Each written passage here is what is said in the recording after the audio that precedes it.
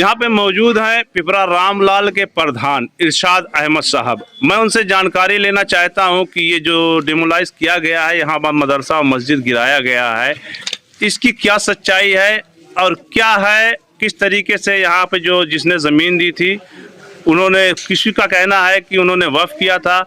अब हमको ये तो जानकारी नहीं, लेकिन प्रधान जी बताएंगे। प्रधान जी थोड़ा तेज़ आवाज़ में बोलिएगा, बताइए क्या मामला है यहाँ का। ये मदरसा 1968 में जो है अब्दुल सलाम की सास और रवाब अली दोनों लोगों ने अपनी ज़मीन गाटा संख्या 824 में 9 बिस्सा ज़मीन मदरसे को वक्फ की थी मौखिक रूप से, और मदरसा यहाँ बना। मदरसा जो है 1968 संचालित है। बच्चे यहाँ फ्री तालीम पाते हैं, गांव के चंदे से चलता है। उसके बाद में 1984 में चकबंदी गांव में आई। मदरसे के बगल में ये गाटा 824 जो है 4 बीघा 4 बिस्सा 16 धुर का था। चकबंदी वालों ने इसका रकबा कम कर दिया, 7 बिस्सा 16 धुर कर दिया। फिर जो है यहाँ बगल में 63 एकड़ खेल मैदान किया गया, जो मदरसे के बगल छोड़ा गया था। लेकिन चकबंदी हमारे यहाँ की कोर्स हो गई, इलाहाबाद स्टे हो गया। 2004 से 2016 चकबंदी प्रक्रिया चली। उसी में चकबंदी कर्ताओं ने गलती से बने बनाए स्कूल के पीछे साइड में खेल मैदान कर दिया, जिसका मुकदमा हमारा एसओसी महोदय यहाँ विचाराधीन है। उसके बाद इस पर मुकदमा तहसीलदार यहाँ एक गांव के विरोधी ने मुकदमा कर दिया। फिर वहाँ तहसीलदार यहाँ से 12/6/26 को जो है बेदखली का आदेश आ गया। फिर हम डीएम साहब यहाँ अपील में गए, अब्दुल सलाम साहब, और अपील वहाँ हमारी 6 तारीख 6/7 को तलबी मंगवाई गई। 20/7 में डेट पड़ा। फिर 20 को जब हम तहसील वहाँ कोर्ट में गए डीएम साहब के, तो डीएम साहब नहीं बैठे उस दिन। डेट पड़ गया 3/8, लेकिन बीच में ही 24/7 को ही बहस दिखा करके और फाइल आदेश के लिए सुरक्षित दिखाया गया। फिर हम डीएम साहब को वापस एप्लीकेशन दी कि सर ऐसा कैसे हो रहा है। फिर हमको दोबारा 5 तारीख को बहस सुनी गई और 6 को लिखित बाहर दिया गया। लेकिन वहाँ अंदर 5/8 में ही स्कूल की फैसला कर दिया गया, और वो फैसले का पेपर कल तक हमको नहीं मिल पाया, ना तो नेट पे अपलोड था। कल शाम को जब तहसीलदार और लेखपाल मौके पर आए, यहाँ निशान लगाने लगे। हमने कहा ये क्या, क्यों लगा रहे हैं भैया? बोले ये सब आदेश हो गया, आपको पता नहीं है।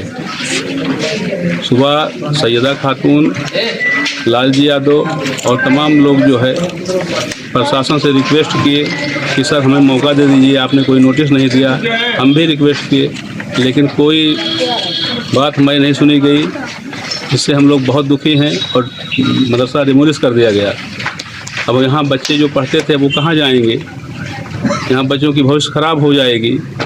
अच्छा प्रधान जी, इसके आगे की कार्रवाई अब क्या करेंगे? अब इसके बाद हम आगे जाएंगे, जो है न्यायालय जाएंगे। न्यायालय में अपनी बात रखेंगे कि प्रशासन ने हमको नहीं सुना, हमको इंसाफ नहीं मिला है, हमें इंसाफ मिलना चाहिए, और हमारे बच्चों की भविष्य जो खराब हुई है उसका जिम्मेदार कौन होगा।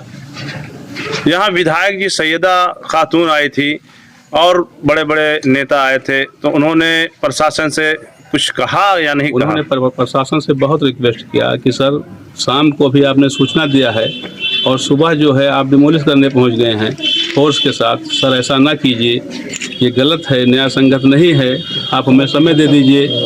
और उसके बाद फोर्स लगा करके किसी की कोई बात नहीं सुनी गई। फोर्स के दम पर जो है प्रशासन ने ज़बरदस्ती डिमोलिश करके और मदरसे को गिरा दिया गया। बहुत बहुत शुक्रिया। ये हमारे इरशाद साहब थे, ग्राम प्रधान जो है रामलाल पिपरा के, और यहाँ पे जो है ये लोग डटे हुए हैं कि गलत तरीके से जो है ये मदरसे को गिराया गया, और दौरान मुकदमा में था। उसके बाद में भी प्रशासन ने एक नहीं सुनी और जो है इसको गिरा दिया गया। अब इनके बच्चों का फ्यूचर और भविष्य क्या होगा?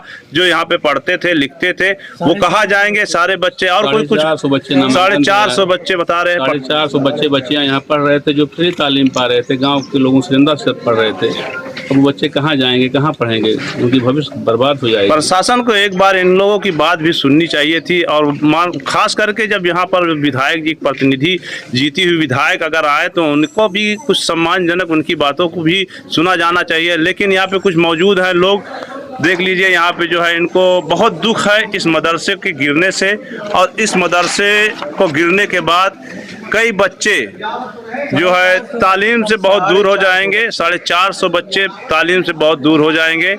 बहुत बहुत शुक्रिया प्रधान जी, आपने हमसे बात की। थैंक यू, शुक्रिया। तो हर खबर पर होगी आपकी पकड़। फॉलो करो शम्स तबरेज़ फेसबुक चैनल, जो राजनीति से जुड़ी हर खबर आपको मिलेगी। आइडल।